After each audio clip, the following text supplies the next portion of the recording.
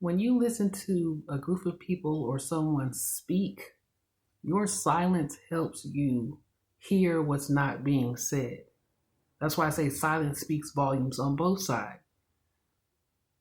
Listen to what people are saying even while they talking. Like me being silent and listening to somebody talk, I'm listening, I'm observing again from the last video, I'm analyzing, but I'm also listening to what they're not saying.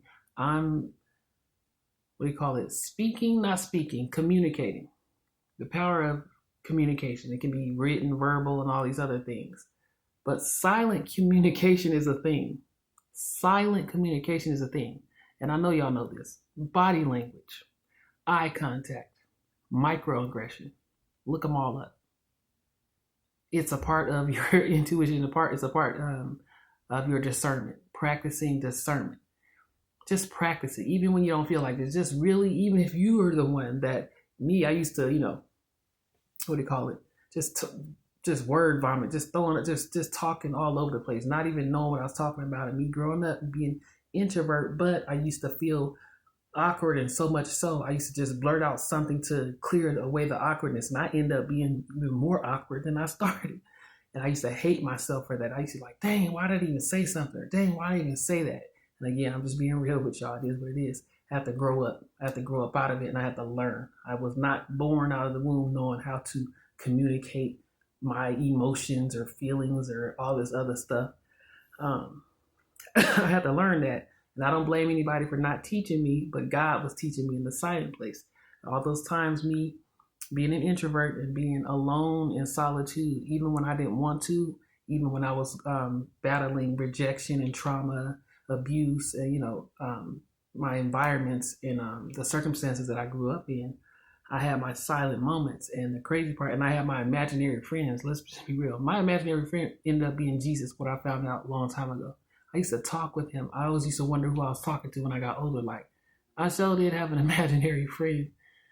And I'll be in silence, just playing with my little toys or doing whatever, and I'm hearing God speak to me. His voice is so subtle and gentle. Like, you can hear him talk without him saying, I'll say without him saying nothing, but it's not even a whisper. God's voice is so, I can't even explain it, but you can hear it loud and clear, but you can't hear it at the same time. It's crazy.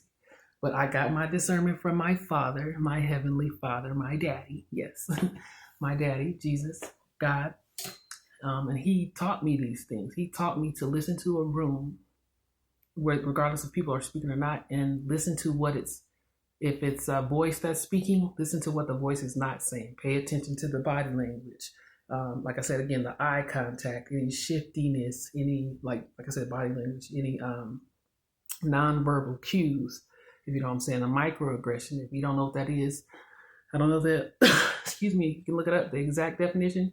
But it's crazy because God allows you, and even though I'm saying it right now, if you catch somebody doing it, God won't even allow that person to know when they have been seen doing it, if that makes sense. God is so powerful, and he helps you out. He gives you the discernment. He shows you what's right in front of your face, even if it's not being said.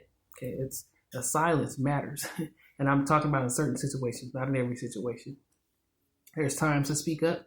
There's times to be silent. So in the times to be silent, that's what I'm talking about. Microaggression, and I can give you an example of this. Happens all the time, all day, every day.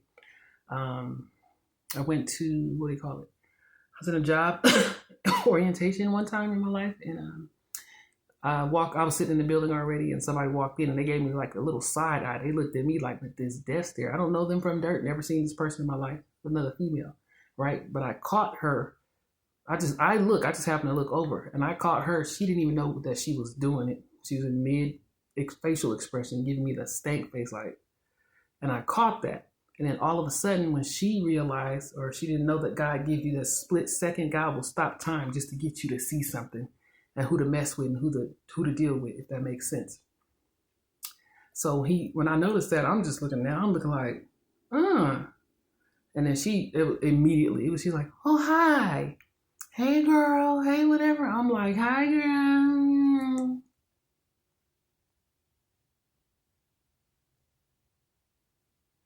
Then people start wondering why you ghost them. Then people wondering why you just silent all of a sudden. Don't say nothing. Don't say hi. Don't say bye. Don't say nothing. Are you okay? Is everything okay? You know, you're not as talking as much as you whatever. When God tell me to zip it, zip it. When God show you the microaggression, those, like I said, nonverbal cues, that type of silence, pay attention to what's being said, even though nobody's saying nothing. Body language, read the room, hear the room, see the room. This gives you, like I said, it's an introvert superpower, point blank, period. Like, we born with this. Okay, you have those powers. You got to unlock them and use them. Again, this will help you navigate through life. It'll help you hear more clearly from God, like what God is trying to tell you without him even speaking. He will show you. He can show you better than he can tell you. And that's anybody. I can show you better than I can tell you. Because once you see it for yourself, because a lot of people don't live by, what do you call it? We got to live by faith and not by sight. A lot of people live by sight. A lot of people got to see something to believe it. So when God shows you something, when somebody is telling you who they are, when their mouth is lying to you, but the motives in their heart are speaking loud and clear, listen to that. Listen to that. Listen to what's being said in silence. So the more you be quiet, the more you listen, the more you practice that and observe. It's not something weak. Again, being introverted is not a weak. It's being, learning how to control your emotions, learning emotional intelligence, and learning how to carry yourself and stand up for yourself and set boundaries, and all this stuff matters. And this is a part of the practice, and it will, I'll say, accelerate you. It will just be one of them superpower skills you got in your, artillery of skills, your skill set. And it could be a silent power, a silent skill, because nobody wouldn't even know. I'll say that you're doing it. Can't nobody tell that I'm sitting up there observing them. Just, facial expressions matter too, of course. But sometimes I can't help it. I'll just be like straight to the nope. ain't no more masking, ain't no more pretending over here. I done did that for too long. To what? And it's not necessarily to people please, but to what? To make you feel better? I feel better when I'm myself. I feel better when I'm straight, raw, and uncut, my authentic self. And I ain't got to prove nothing to nobody but God. So use your silence as a superpower. Your introvert superpower, one of them is silence. So study that and how it works out for you. Study that and figure out how that's going to work for you and your situation, your circumstance. It helps you move better. It helps you organize better. It helps you think more clear. It helps you strategize. It helps you come up with strategic plans on how to do things, or how to, how to go places, how to get jobs, how to do stuff. Like, read the room and then listen to the words that are not being said. By practicing silence for yourself and then reading what's not being said, listening to what's not being said, reading between the lines, listening between the lines, rather. I love y'all. Bye.